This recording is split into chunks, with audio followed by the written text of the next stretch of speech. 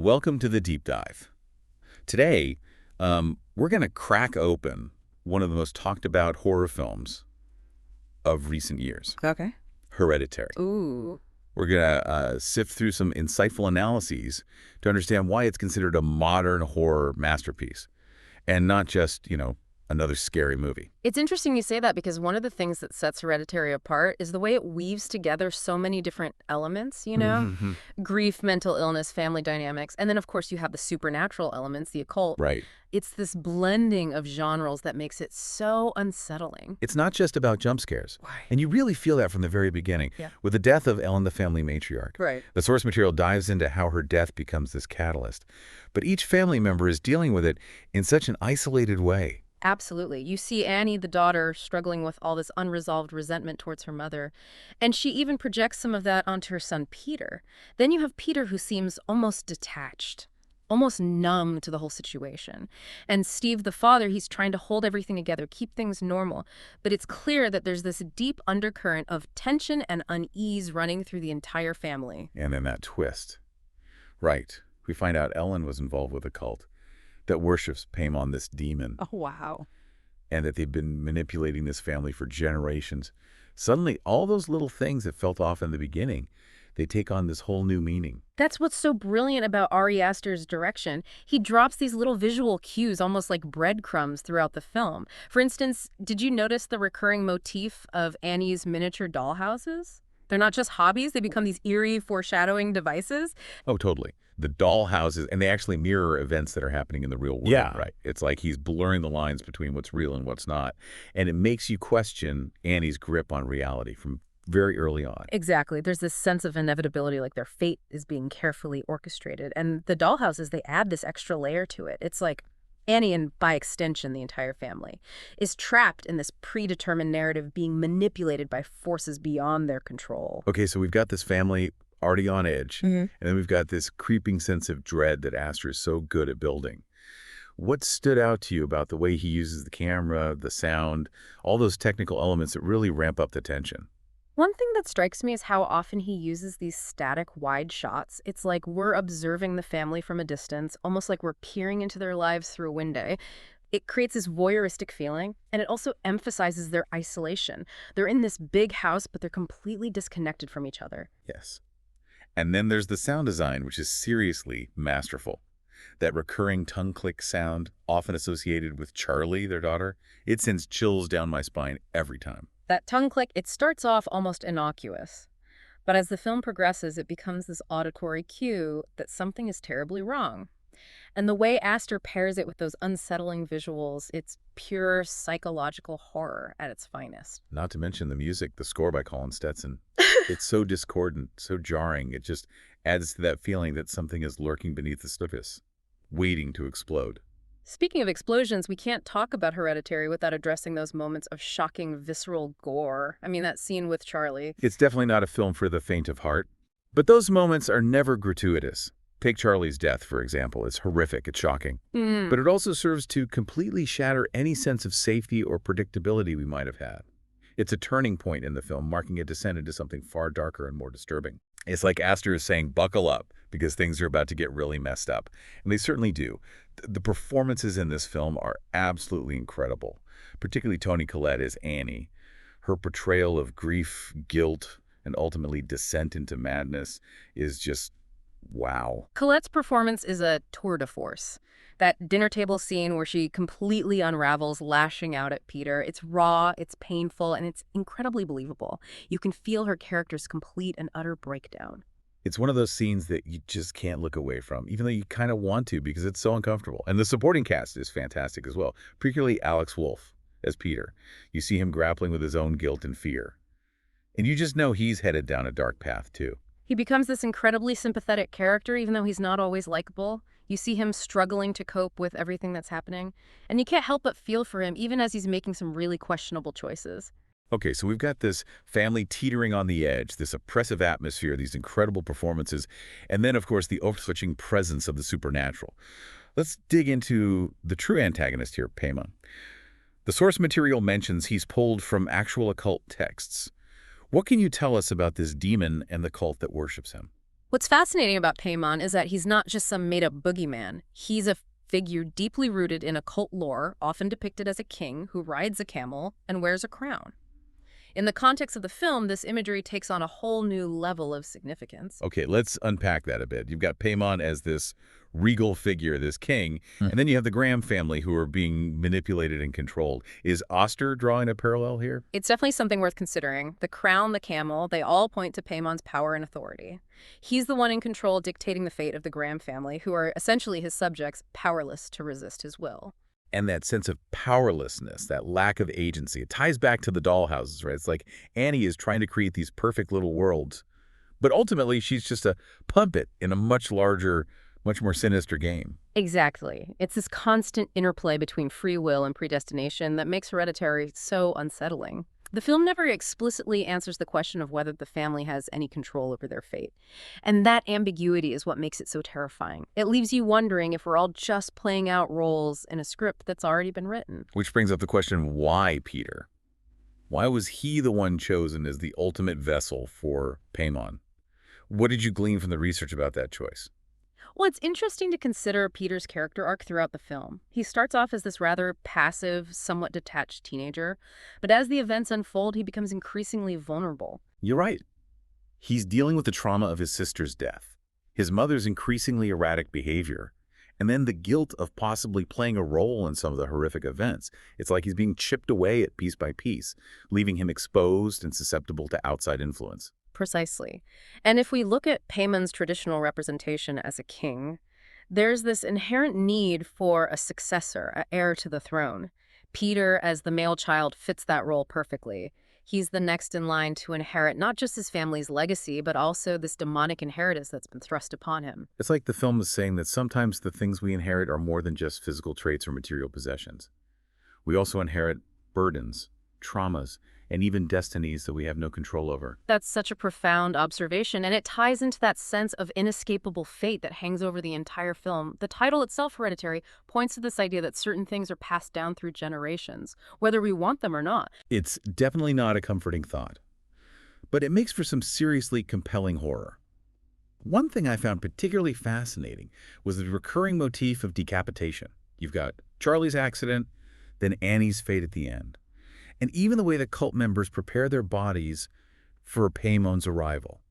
What do you make of all the headlessness? It's such a powerful and disturbing image, isn't it? And I think it speaks to that theme of loss of control that we've been discussing.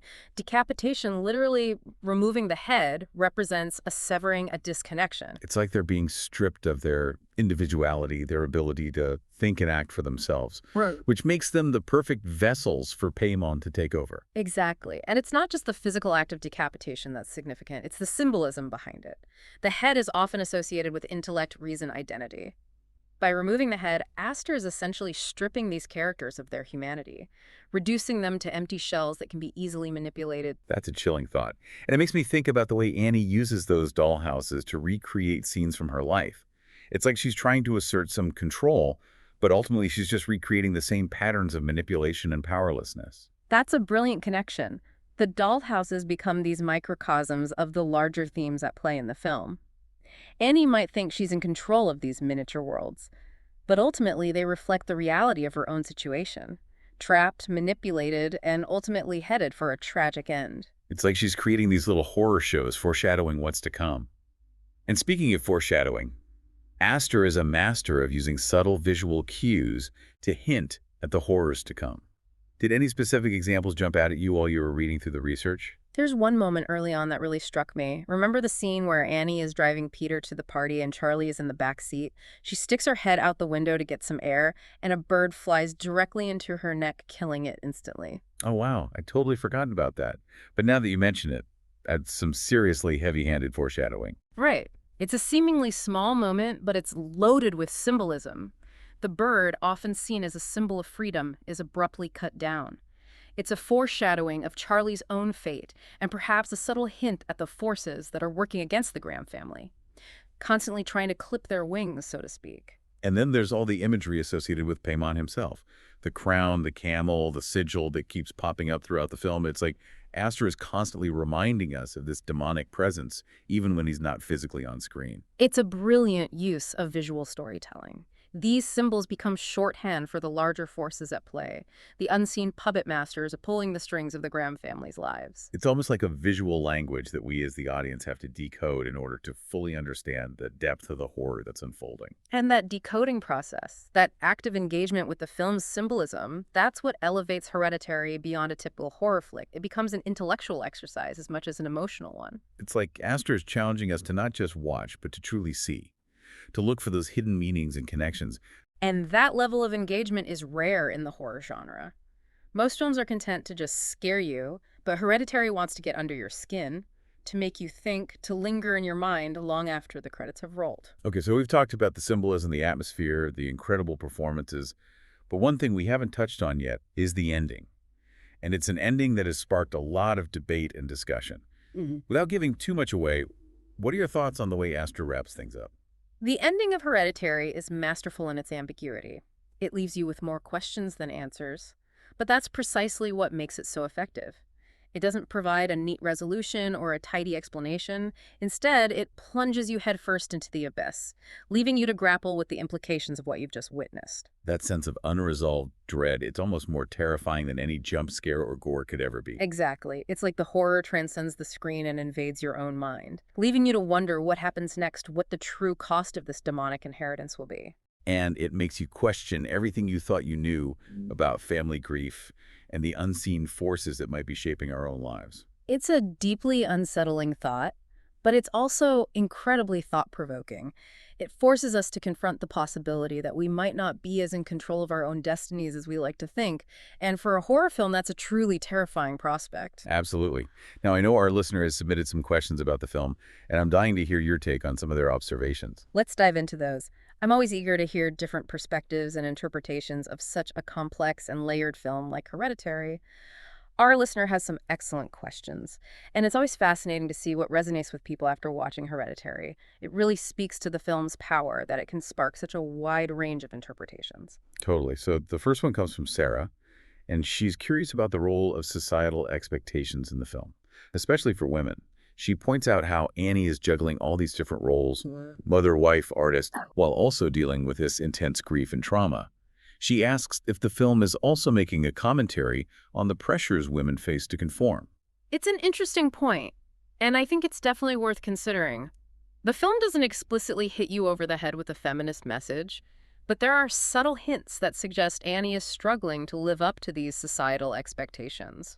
For example, think about her relationship with her mother, which is clearly fraught with tension. We get the sense that Ellen was a very controlling figure, and perhaps Annie feels pressured to follow in her footsteps, even though it's clearly making her unhappy.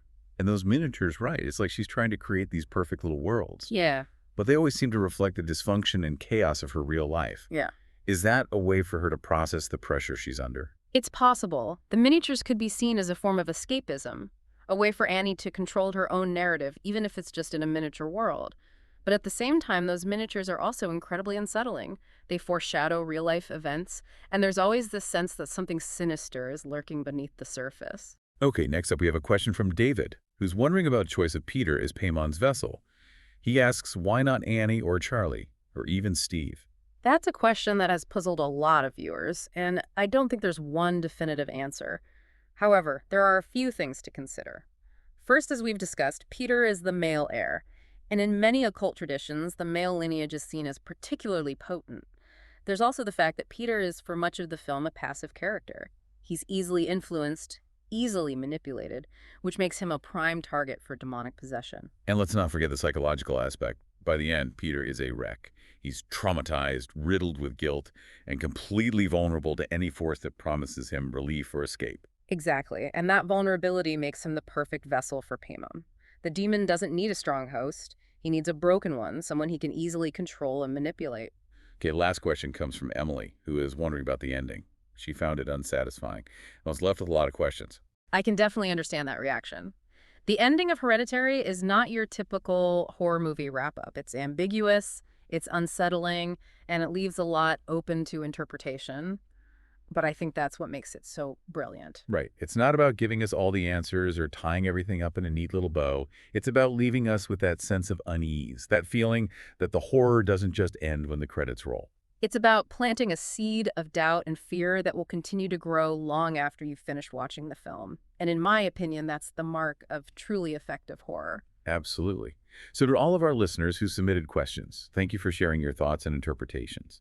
It's clear that Hereditary is a film that gets under your skin and stays there, prompting us to think about the nature of family, the weight of inheritance, and the unseen forces that might be shaping our lives. It's a film that challenges us, disturbs us, and ultimately leaves us with more questions than answers. But isn't that what great art is supposed to do? Couldn't have said it better myself. If you're looking for a horror film that will stay with you long after the lights come up, Hereditary is an absolute must-see. But be warned, you might want to sleep with the lights on for a few nights afterward. Until next time, happy viewing. And be sure to join us for our next deep dive, where we'll be tackling another fascinating topic that's sure to spark your curiosity